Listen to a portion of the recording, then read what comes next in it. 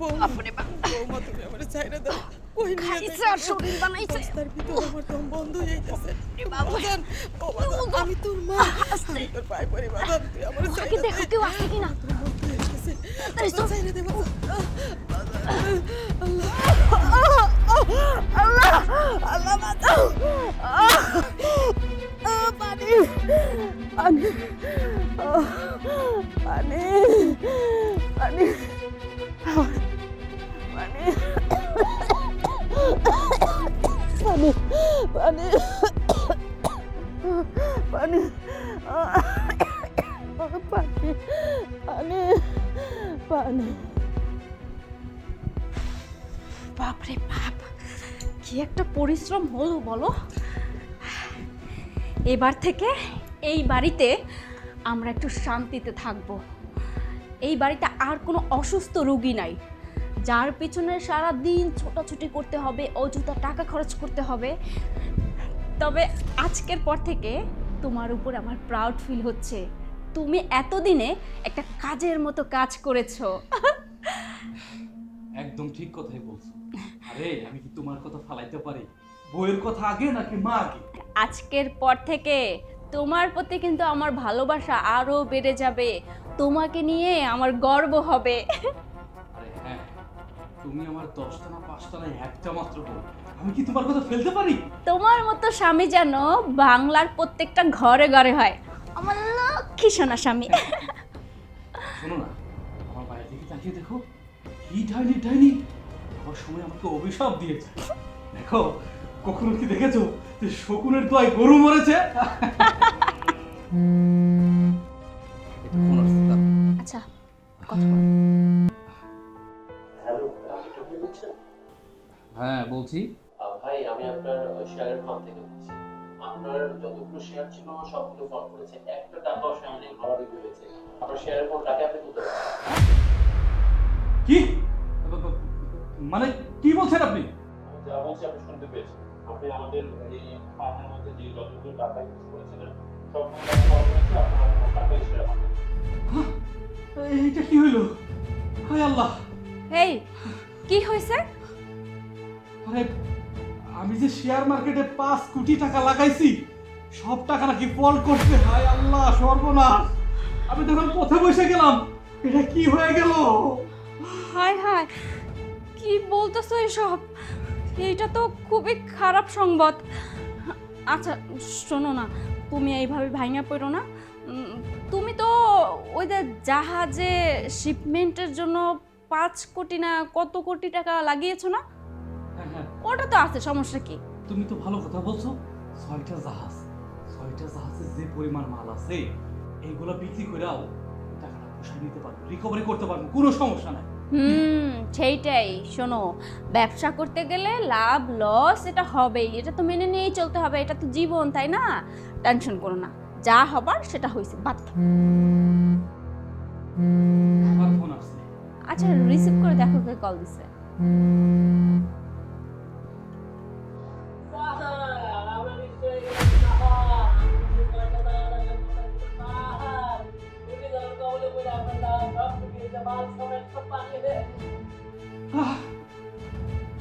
আল্লাহ, শেষ, সব কিছু শেষ।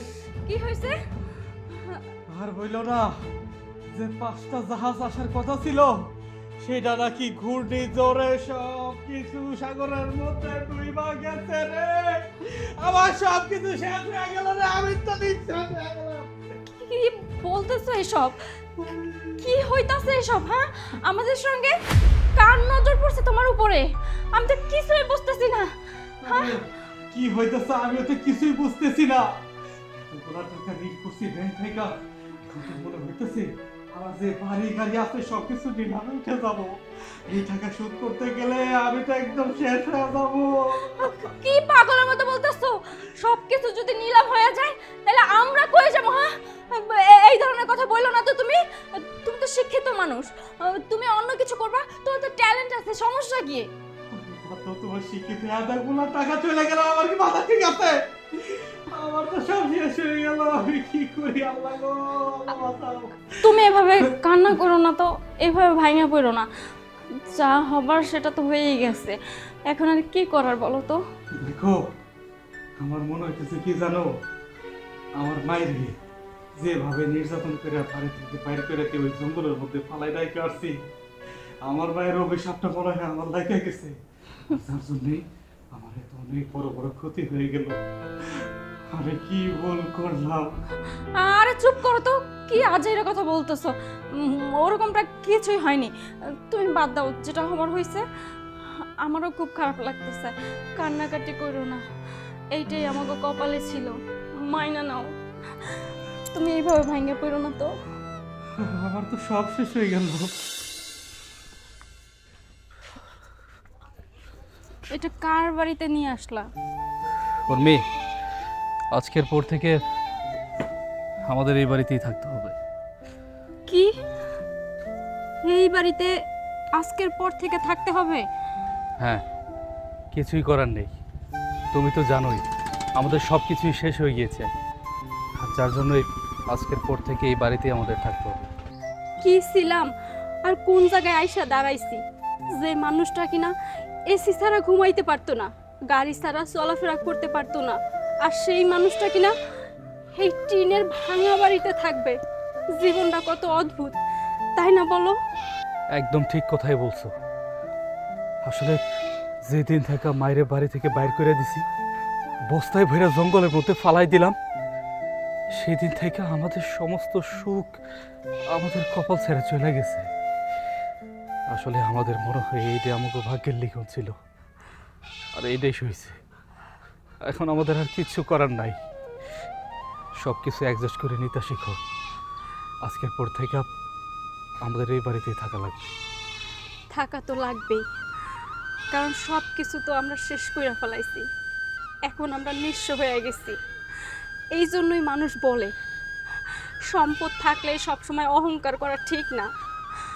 আমরা তো খুব বেশি অহংকারী হয়ে গেছিলাম, তাই আল্লাহ আমাকে শাস্তি দিচ্ছে। কিন্তু আমার খুব কষ্ট লাগতেছে, বিশ্বাস করো। কিভাবে থাকবো এই বাড়িতে? কিচ্ছু চিন্তা করো না, দেখবা আল্লাহ সব কিছু ঠিক করে দিবে। এখন ভিতর আসো, চলো।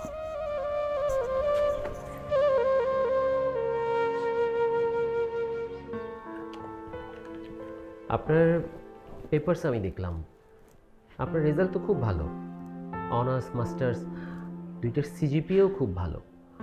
আপনি এতদিন চাকরি করেননি কেন, বা আপনার কোনো অভিজ্ঞতা নেই কেন চাকরির? আসলে স্যার, আমি কখনো চাকরির চেষ্টাই করিনি, কারণ আমার নিজেরই দুইটা বিজনেস ছিল। একটা হচ্ছে শেয়ার মার্কেটের, আর একটা হচ্ছে এক্সপোর্ট ইম্পোর্টের। শেয়ার মার্কেটের কাজটা খুব ভালোই চলছিল, কিন্তু হঠাৎ করে না স্যার, শেয়ার মার্কেট ফল করে গেল। আমার যত টাকা পয়সা ছিল সব কিছু একসাথে শেষ হয়ে গেল। আর অন্যদিকে স্যার, আপনি বিশ্বাস করবেন না, একই সাথে 6টা শিপ ঘূর্ণিঝড়ের কবলে পড়ে একদম নিঃশেষ হয়ে গেল, ডুবে গেল। আমি স্যার পথে বসে গেলাম, আমার কিছুই করা ছিল না। একদিকে শেয়ার বাজারের এই অবস্থা, আবার অন্যদিকে এভাবে শিপ ডুবে যাও। আমি স্যার একদম পথে বসে গিয়েছিলাম। সব যখন শেষ স্যার, তখন আসলো আরেক বিপদ। আমার বাড়িটা নিলামে তুললাম, কারণ অনেক মানুষের কাছ থেকে আমি ঋণ করেছিলাম। সেই টাকাগুলো শোধ করতে গিয়ে আমার সমস্ত টাকা, বাড়ি গাড়ি যা আছে সব কিছু বিক্রি করে দিয়ে দিতে হলো। এরপর থেকে আমি স্যার নিঃস্ব।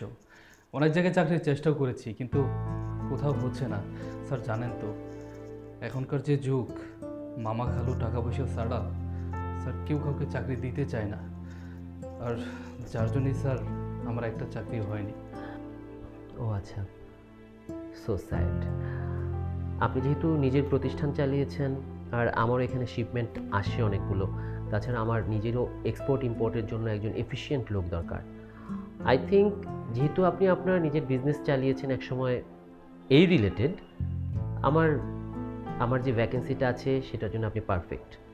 স্যার আপনি সত্যি বলছেন স্যার? স্যার আমার চাকরিটা হয়ে গেল, কিন্তু স্যার কোনো ঘুষ, কোনো লোকজনের সুপারিশ ছাড়াই স্যার আপনি আমাকে চাকরি দিয়ে দিলেন? একটা চাকরি অবশ্যই যোগ্য একজন ব্যক্তির পাওয়া উচিত। আমার এখানে একজন যোগ্য লোক প্রয়োজন ছিল, কারণ আমাকেও বেশিরভাগ সময় দেশের বাইরে থাকতে হয়। বিজনেস পারপাস, সেক্ষেত্রে আমার এইখানে একজন দক্ষ লোক প্রয়োজন, বিশ্বস্ত লোক প্রয়োজন। আর অনেকের মাঝখান থেকে আমার আপনাকে পারফেক্ট মনে হয়েছে, কারণ আমি আপনার ডেজিগনেশন দেখেছি, তাছাড়া আপনার অভিজ্ঞতা হয়তো চাকরির নেই, কিন্তু আপনি যেভাবে বললেন যে আপনার বিজনেস রিলেটেড অভিজ্ঞতা রয়েছে। আর আরেকটা ব্যাপার, আপনার দুর্ঘটনার কথা শুনেও আমার খুব কষ্ট লেগেছে। আপনার স্যালারি আমি 45,000 দিচ্ছি বেসিক, আর এর সাথে এক্সট্রা ফ্যাসিলিটিস থাকবে। আর আপনি যদি চান কাল থেকে জয়েন করতে পারেন। স্যার অবশ্যই স্যার, আমি কালকে থেকে জয়েন করবো স্যার।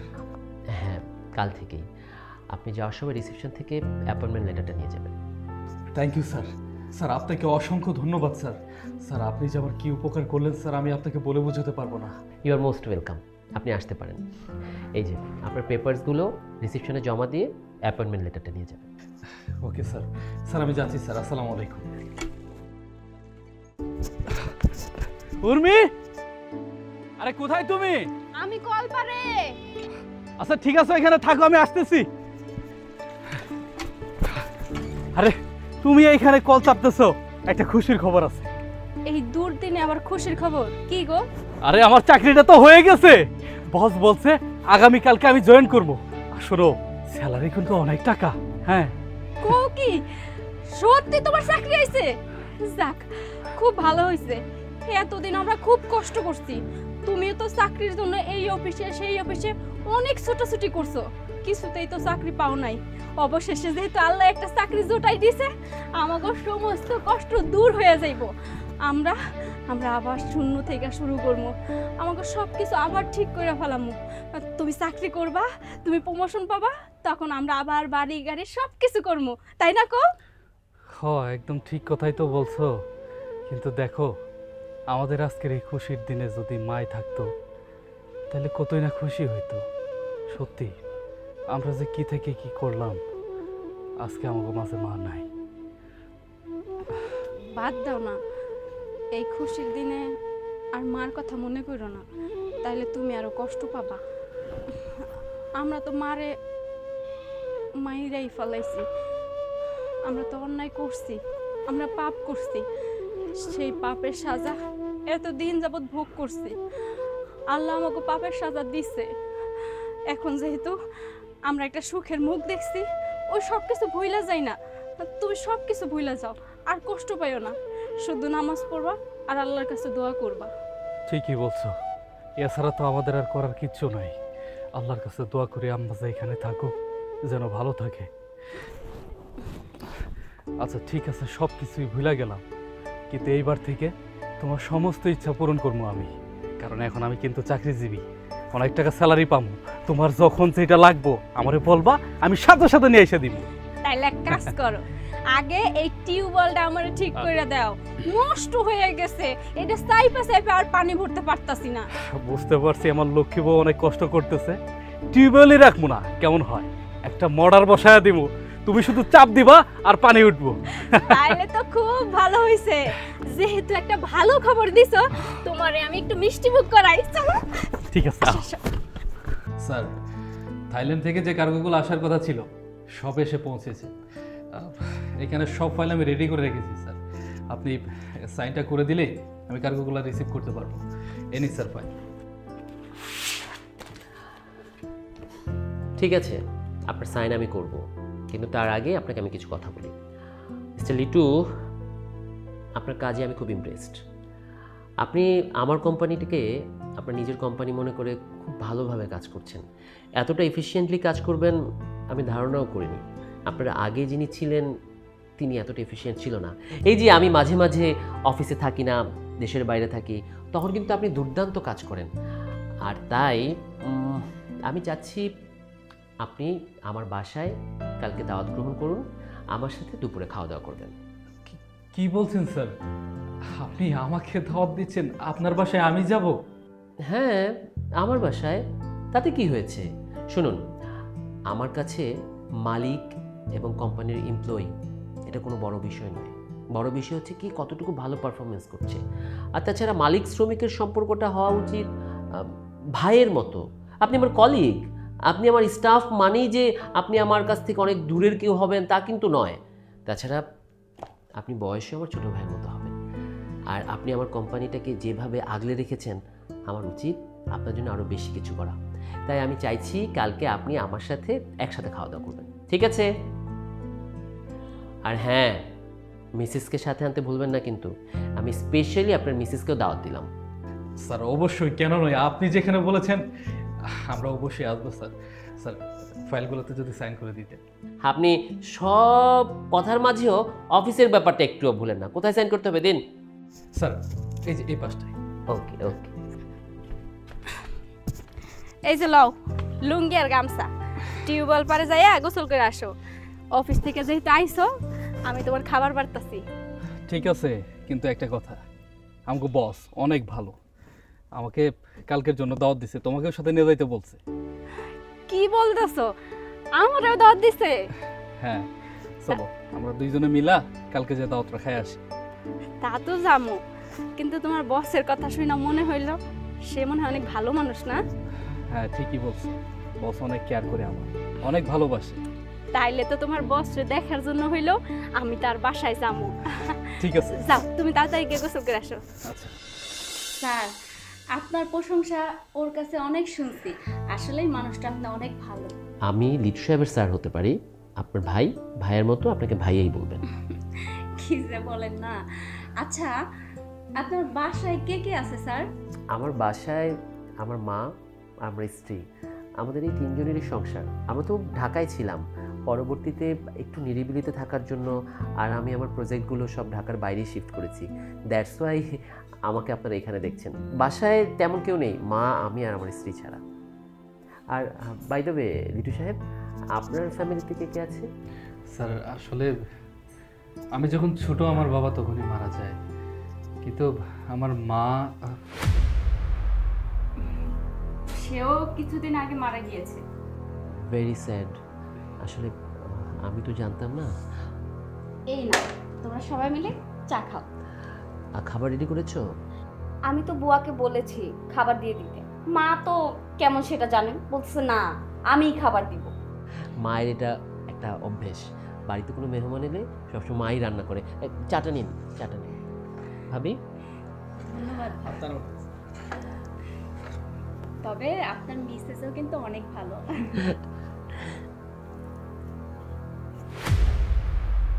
কি ব্যাপার, চাটা মজা হয়নি? না মানে স্যার আমার মনে হলো কি যেন চাটা আমার মা বানিয়েছে, আমার মায়ের হাতে বানানো চা খেলাম। চাটা কি তুমি বানিয়েছো? না চা তো মা বানাইছে। ও আচ্ছা, আমার মা বানিয়েছে তো। আমার কি মনে হয় জানেন, সব মায়েদের হাতের রান্না বা সব মায়েদের হাতের চা একই রকম হয়, তাই না? আরে না না, এই চাটা পুরোপুরি আমার মায়ের হাতের চায়ের মতো, বিশ্বাস করুন স্যার। আসলে কিছুক্ষণ আগে আপনি আপনার মাকে স্মরণ করেছেন তো, এই জন্য এমনটা মনে হচ্ছে। এক কাজ করুন না, আমি মাকে ডাকছি, মায়ের সাথে কিছুক্ষণ কথা বললেই দেখবেন আপনার মন একদম ঠিক হয়ে গেছে। মা, মা, মা কোথায় গো? মা আছে রান্নাঘরে আছে। মা, কি রে বাবা, কি হলো, ডাকতেছিস কেন? এই হচ্ছে আমার মা আর আমার অফিস কলিগ। ওরা ওরা এখানে কেন? মা তো তুমি এই জায়গায়? কি ব্যাপার মা, তুমি কি ওনাকে চেনো? আর আপনি আপনি আমার মাকে মা বলছেন কেন? না, আমি ওদের চিনি না, আমি চিনতে চাই। কি ব্যাপার লিটু সাহেব, আপনি আমার মাকে দেখে এমন করছেন কেন? মা কি হয়েছে আমাকে বলুন তো। মা তুমি এখানে কেন? খবরদার, কে আপনার মা? আমি তো আপনাকে চিনি না। লিটু সাহেব আপনি বলুন না, হ্যাঁ আপনাদের মধ্যে কী সম্পর্ক? হ্যাঁ মা আপনাকে দেখে ঘাবড়ে গেল, হ্যাঁ আপনি মাকে দেখে মা বলে ডাকছেন। মা আমাকে বলুন না, আমার পুরো ব্যাপারটা ক্লিয়ার হওয়া দরকার। হ্যাঁ আমরা তো কেউ কিছু বুঝতে পারতেছি না, একটু ব্যাপারটা ক্লিয়ার করে বলুন। মা আপনি আপনার ছেলেকে কেন অস্বীকার করতেছেন কোন তো? ও তো আপনার ছেলে, মানতেছি আমরা অনেক অন্যায় করছি আপনার সঙ্গে, তাই বিশ্বাস করেন এই কয়েক মাসে আমরা তার শাস্তিও পাইছি। আল্লাহ আমাকে শাস্তি দিছে, আপনি তো অভিশাপ দিচ্ছেন, সেই অভিশাপ আমাকে গায়ে লাগে গেছে। খবরদার, আরেকটা কথাও তোমরা এখানে দাঁড়ায় বলবা না। যাও, এই মুহূর্তে আমার বাসা থেকে বাইরে যাও। কে তোমার মা? কে তোমার শাশুড়ি? আমি তোমাদের চিনি না, চিনি না, চিনি না। মা, দয়া করে তুমি এই কথা বললো না। দেখো মা, আমরা জানি আমরা তোমার উপরে কতটা অন্যায় করছি, অপরাধ করছি। আমি তোমার কাছে হাত জোর করে মাপ চাইতেছি মা। আমার তুমি ক্ষমা করে দাও মা, ক্ষমা করে দাও। মা, আপনি আমার সঙ্গে চলেন না, চলেন, আপনারা নিয়ে যেতে চাই। ও, এখন তোমরা আমারে নিয়ে যাইতেছ? হ্যাঁ, আমি ভালো অবস্থানে আছি, ভালো একটা জায়গায় আছি, সেই জন্য তোমাকে লোভ হইতেছে। আরে তোমরা তো লোভী। মায়ের তো তোমাদের কোনো প্রয়োজন নাই, তোমাদের প্রয়োজন হচ্ছে টাকা পয়সার। এখন আমার ছেলের দেখতেছে অনেক টাকা পয়সা, এখন মায়ের প্রয়োজন। আরে সেই প্রয়োজন তোমাদের কোথায় ছিল যখন একটা নিরপরাধ মারে বস্তায় বন্দি করে জঙ্গলে নিয়ে ফালায় দিছিল? কত হাতে ধরছি, পায়ে ধরছি, বাজার আমারে বাসা বাসা, একটু পানি খাওয়া। তোমরা কিন্তু আমার সাহায্য করো নাই, সহযোগিতা করো নাই, আমার একটু কান্নার দামও তোমরা দেও নাই। ও, তার মানে এই সেই ছেলে যে কিনা তার মাকে বস্তাবন্দি করে একটা জঙ্গলে ফেলে দিয়ে গিয়েছে। আচ্ছা, আমি না একটা বিষয় কিছুতেই বুঝতে পারতেছি না। ঢাকায় তোমার এত এত সম্পত্তি থাকতে, এত ফ্ল্যাট থাকতে, তুমি গ্রামে কেন জায়গা নিচ্ছ? আরে বাবা, ঢাকায় হচ্ছে ইট পাথরের জঞ্জাল, এই গ্যাদারিং আমি আর নিতে পারছি না। তাই আমি ডিসিশন নিয়েছি আমার ছুটির দিনগুলোতে আমি গ্রামে থাকবো। আর সে কারণেই একদম নিরিবিলি জনবিচ্ছিন্ন একটা জায়গা বেছে নিয়েছি, যেখানে আমি একটা ফার্ম হাউস করব। ধরো ছুটির দিনগুলোতে তুমি, আমি, আমার ফ্রেন্ডসরা মিলে এখানে চলে আসবো যখন ফার্ম হাউসটা হয়ে যাবে। আর এখানে আমরা দিব্যে আড্ডা দিব, দিনের পর দিন কাটিয়ে তারপর আবার শহরে চলে যাব। তার চেয়ে বড় কথা, শহরের একটা অ্যাপার্টমেন্টের দামে এখানে কয়েক বিঘা জমি পাওয়া যায়। তুমি জানো আমি 10 একর জমি। পানি আওয়াজ পাচ্ছ? হ্যাঁ, আমিও একটা শব্দ শুনছি, কে যেন পানি চাচ্ছে, আর আওয়াজটা ওদিক থেকে আসছে। ওই বস্তাটা, ওই যে একটা হাত দেখা যাচ্ছে। চলো তো। পানি, পানি, কে আপনি? উঠুন, পানি, উঠুন। পানি। কি ব্যাপার? আপনি আপনি এখানে এই অবস্থায় কেন? হ্যাঁ, আমি হ্যাঁ মা, আপনি এখানে পড়ে আছেন কেন? আমি তো সেটাই বুঝতে পারছি না। আর আপনার এই অবস্থা কেন? আমি এখানে কেন পড়ে আইছি শুনতে চাও? শুনতে চাও বাজান, আমি কেন এখানে পড়ে রয়েছি? বলুন মা, কি হয়েছে? আপনার কিসের এত কষ্ট? কেই বা আপনাকে এইভাবে বস্তায় করে এখানে ফেলে গেল? তাইলে শুনো। তোমার মাকে ঘরের মধ্যে বসিয়ে বসিয়ে খাইয়ে লাভটা কি হচ্ছে? হ্যাঁ, সেই তো কাজের বুয়া বাসায় রেখে তাকে বেতন দিতে হচ্ছে। তোমার মা তো কোনো কাজই করে না সংসারে। বৌমা, এটা তুমি কি কইতেছ? আমার বয়স হয়েছে, আমি যতটুক পারি ততটুক তো কাজ করি। তাছাড়া কয়দিন ধরে আমার শরীরটা খুব খারাপ যাইতেছে, হাত পায়ে ব্যথা, গায়ে অল্প অল্প জ্বর থাকে। তোমারে কতবার করে কইলাম আমার একটু ওষুধ এনে দাও, সেইটাও তো দিতেছ না। ওষুধ? আপনি ওষুধকে তো ওষুধ মনে করে খান না, সিবিট মনে করে খান। ওই ওষুধটা খেতে হয় কোনো রোগ হলে। আপনি তো সব সময় ওষুধের উপরেই আছেন। আপনার পিছনে প্রতি মাসে 50,000 টাকার উপরে খরচ হয় এই ওষুধের জন্য। এত ওষুধ খাওয়ার কি দরকার বলেন তো? কি রে বাজার, তোর চোখের সামনে তোর বউ আমার এতগুলা কথা কইতেছে, তুই কিছুই কইবি না, চুপ করে থাকবি? আমি কি কমু? কি কমু? আমার বউ যেটা করছে সেটা ঠিক কথাই বলছে। তুমি তো আমার উপরে ঘরে বসে থেকেই খাও। কই সারাদিন তো দেখি বসে যে টোটো করে ঘুরো আর আরামে খাই চুপচাপ শুয়ে থাকো। কামের বেলায় তো না। তোমরা তো কয়বার কইলাম যে যাও তোমার বৃদ্ধাশ্রমে দিয়ে আসি, শুনলা না তো? ওইখানে থাকলে তুমি ভালো থাকতা, কিন্তু বাড়িতে আরো আরাম পাইছো। এটা তো তোমার সহ্য হইতেছে না। আমার বউ যেটা কইছে সেটাই ঠিক আছে। আমার অধিকার দেখাও, তাই না? তুমি আমারে বলতে আসো এই বাড়ির মধ্যে তোমার অধিকার আছে, তোমার এখানে রাখতে হইব কেন? হ্যাঁ, কিসের জন্য অধিকার? আমি তোকে অধিকার ফলাচ্ছি। অধিকার দেখাতে আসছিস? থামো, থামো বৌমা।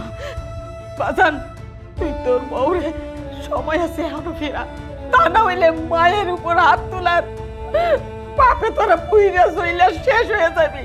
দেখ, এটা হইব মায়ের অভিশাপ। হ্যাঁ আমার ভাই আমার অভিশাপ দিতেছে, তোর ডাইনি মারে এটা তো রাখা যাবে না।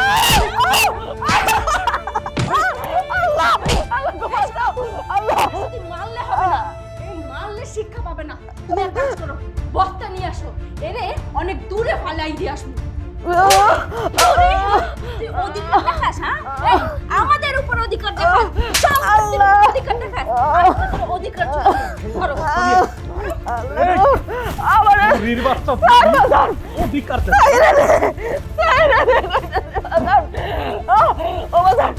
আমার নিঃশ্বাস বন্ধ হয়ে গেছে। আমার সন্তান যারে কিনা আমি এত কষ্ট কইরা এই পেটে রাখছি, খায়া না খায়া সন্তান জন্ম দিছি, বড় করছি, বিয়ে করাইছি, আর সেই সন্তান এই বৃদ্ধ বয়সে আমার আইনা এইখানে ফালায় রেখে গেছে। আমি নাকি তাদের সংসারে বোঝা। অর্থাৎ মা, আমরা যা শুনলাম এর চেয়ে বেশি আমাদের পক্ষে নেওয়া সম্ভব নয়। আমরা আমরা দুজন একা থাকি, আমাদের কোনো সন্তান নেই, আমাদের মাও নেই। ও একজন এতিম, আমিও এতিম। একটা মায়ের কষ্ট, একটা মায়ের অভাব আমরা খুব ভালো করে বুঝি। আর মানুষের মা থাকতে কিনা সে মাকে বস্তায় করে এখানে ফেলে দিয়ে যাবে? ছি, ওদের কথা বাদই দাও, এটা তো মানুষের কাতারাই পড়ে না। একটা কাজ করো, ওনাকে আমাদের সাথে নিয়ে যাই, আজকে থেকে উনি আমাদের মা। হ্যাঁ, আপনার কোনো কষ্ট হবে না। আমার বাড়িতে আপনি খুব খুব সুখে থাকবেন, আনন্দে থাকবেন, মায়ের আসনে থাকবেন। আপনার গায়ে কেউ হাত তুলবে না। আপনি চলুন চলুন আমাদের সাথে। না বাজার না, আমার নিজের পেটের সন্তান আমার এইখানে ফালায় রেখে গেছে। খুব ভালো করছি, আমার শিয়াল কুকুরে খায়া ফেলাক, আমি তোমাদের সাথে যাবো না বাজার। আপনার কাছে হাত জোড় করছি, আপনি ভুলে যান আপনার কোনো সন্তান ছিল। ধরে নিন না আমরা দুজন আপনার সন্তান। মা, আপনি যাবেন না আমাদের সাথে? দেখুন আমাদের দুজনের কারো মা নেই। আমি বলছি তো, আপনার আমার বাসায় যদি ভালো না লাগে আপনি না হয় কোথাও চলে যাবেন। মা চলুন না, আপনার কাছে হাত জোড় করছি। না বাজার, হাত জোর করতে হইব না। তুমি যে আমার মা কইয়া ডাকতেছো, আমার কলিজাটা ঠান্ডা হয়ে গেছে। জানো, আমার পেটের সন্তান আমারে কত বছর ধরে মা বইলা ডাকে না। আমি যাবো বাজার, আমি তোমাদের সাথে যাব। আজকের পর থেকে তোমরাই আমার সন্তান, আমি তোমাদের মা। মাকে তাড়াতাড়ি বস্তা থেকে বের করুন। এই, আপনার মাথায় কি এতটুকু খেললো না যে এই মাকে আপনি জঙ্গলে ফেলে দিয়ে যাচ্ছেন? চাইলেই সেই জঙ্গলের হিংস্র প্রাণীরা আপনার মাকে খেয়ে ফেলতো। একটু পানির জন্য আপনার মা দম বেরিয়ে যাচ্ছিল, আমার স্ত্রী এবং আমরা গিয়ে আপনার মাকে বাঁচিয়ে নিয়ে এসেছি। আপনি জানেন মা না থাকার কষ্ট কি? জানবেন না তো, আপনারা তো পাষাণ। আমাদের তো মা ছিল না, আমরা জানতাম মা না থাকার কষ্ট কোথায়। আরে তুমি কাদের কি বলছো? ওরা কি মানুষ? ওরা যদি মানুষ হতো তাহলে কি পারতো এমন ফুলের মতো একটা মাকে বস্তাবন্দি করে ফেলে দিতে? শুনুন মিস্টার লিটু, আপনাকে আমার বাসায় দাওয়াত দিয়ে এসেছিলাম, খুব ভুল করেছিলাম। আপনি শুধু আমার বাসায় কেন, অফিসে থাকারও যোগ্যতা রাখেন না। আমার বাসা এবং অফিস দুটো থেকে আপনি বিতাড়িত হচ্ছেন।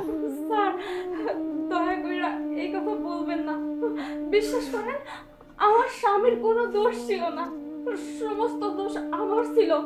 কারণ আমি আমার স্বামীরে বুদ্ধি দিয়েছিলাম যে ওর মারে যেন মাইরা ধইরা বাসা থেকে বের করে দেয়।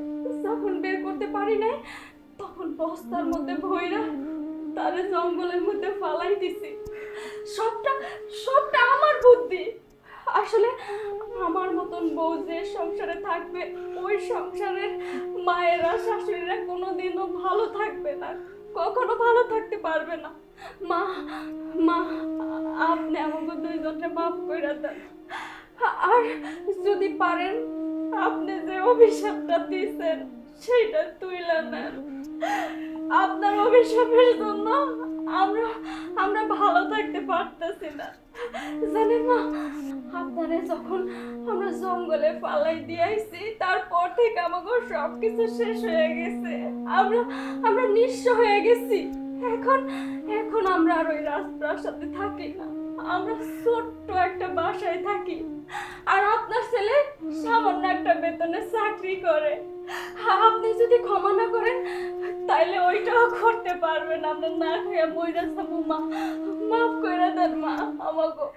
ঠিক আছে, যেহেতু এখানে আমার গুরুজন আমার মা, হ্যাঁ হতে পারে আমি তাকে রাস্তা থেকে কুড়িয়ে এনেছি, হতে পারে সে আমার জন্মদাত্রী মা নয়, কিন্তু আমার মা যে সিদ্ধান্ত নেবে আমি তাই পালন করব।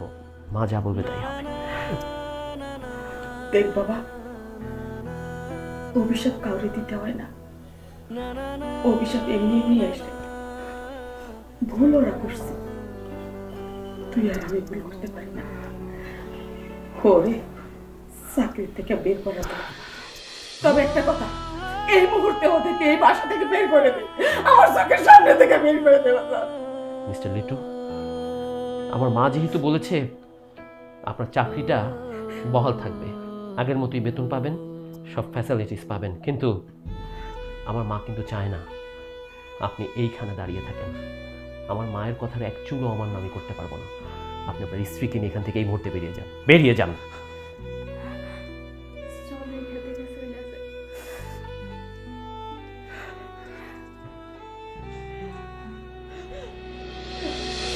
চল,